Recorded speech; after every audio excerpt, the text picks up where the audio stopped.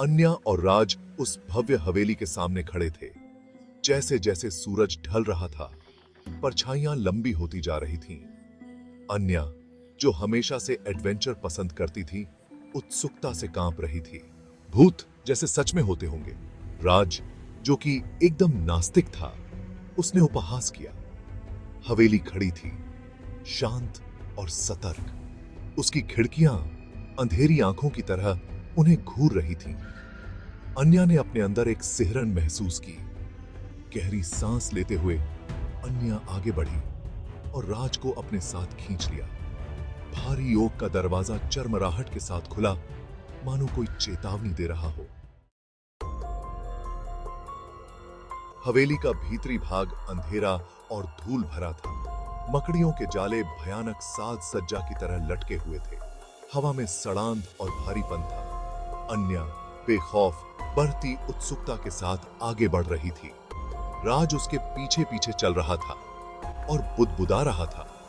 उन्हें एक लंबे, गूंजते गलियारे के अंत में एक कमरा मिला। इसका दरवाजा गहरे रंग की लकड़ी से बना था और उस पर बारीक नक्काशी की गई थी। उसमें से एक अजीब सी खामोशी छन कर आ रही थी। ये दरवाजा, ये कुछ अलग सा लग रहा है।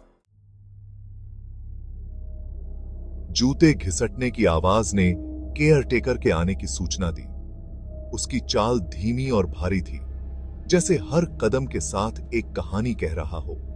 वो एक झुका हुआ बूढ़ा आदमी था, जिसकी उम्र ने उसे थका दिया था, जिसका चेहरा झुर्रियों से भरा हुआ था।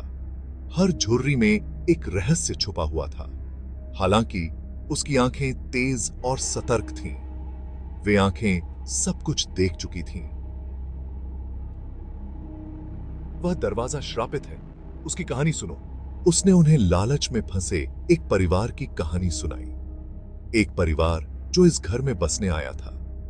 एक भाई ने अपने ही भाई को धोखा दिया था और लालच ने उनके रिश्ते को तोड़ दिया, जिसके कारण उसकी अकाल मृत्यु हो गई। उसकी मौत ने घर को और भी डरावना बना दिया।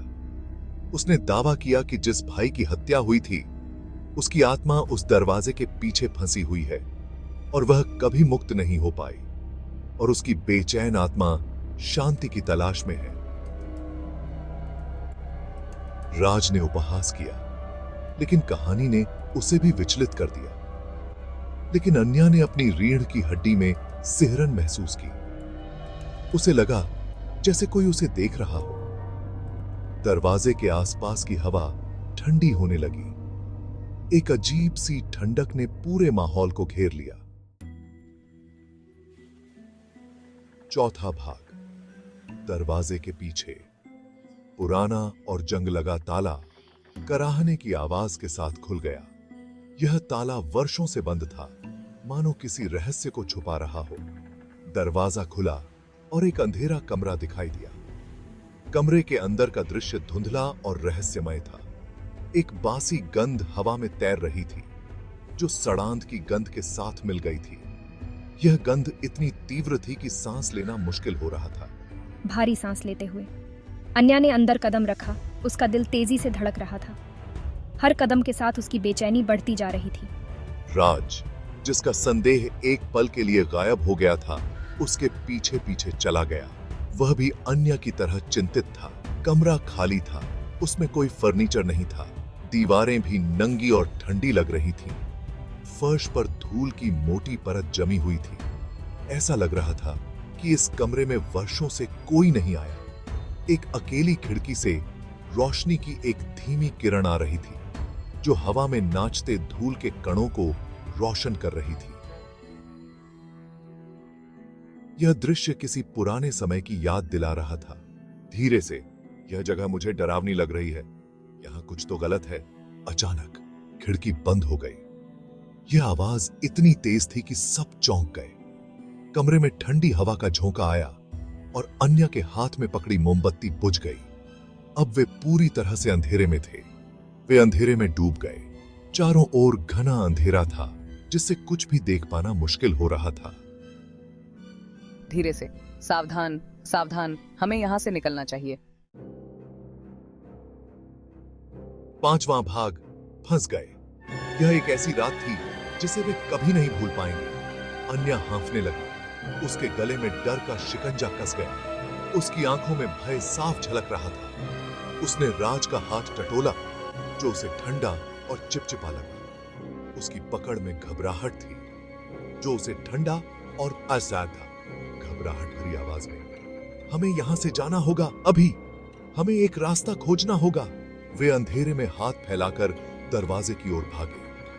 हर कदम पर डर का साया था। अन्या की उंगलियां ठंडी, सख्त लकड़ी से टकराईं। दरवाजे की सतह खुरदरी और पुरानी थी। उसने धक्का दिया, लेकिन दरवाजा नहीं हिला। उसकी सारी ताकत बेकार जा रही थी। वह अटक गया था, पूरी तरह से जाम हो गया था। वे फंस गए थे। कोई रास्ता नहीं था। धीरे से फंस गए। हमेशा के लिए कोई बच नहीं सकता। एक धीमी, दर्द भरी चीख उनके चारों ओर गूंज उठी, जिससे उनकी रीढ़ की हड्डी में सिहरन दौड़ गई। यह आवाज कहीं दूर से आ रही थी। अन्या का खून ठंडा हो गया। वे अकेले नहीं थे, कोई या कुछ उनके साथ था। डरावनी आवाज में, तुम यहां से नहीं जा सकते, यह तुम्हारा अंत है।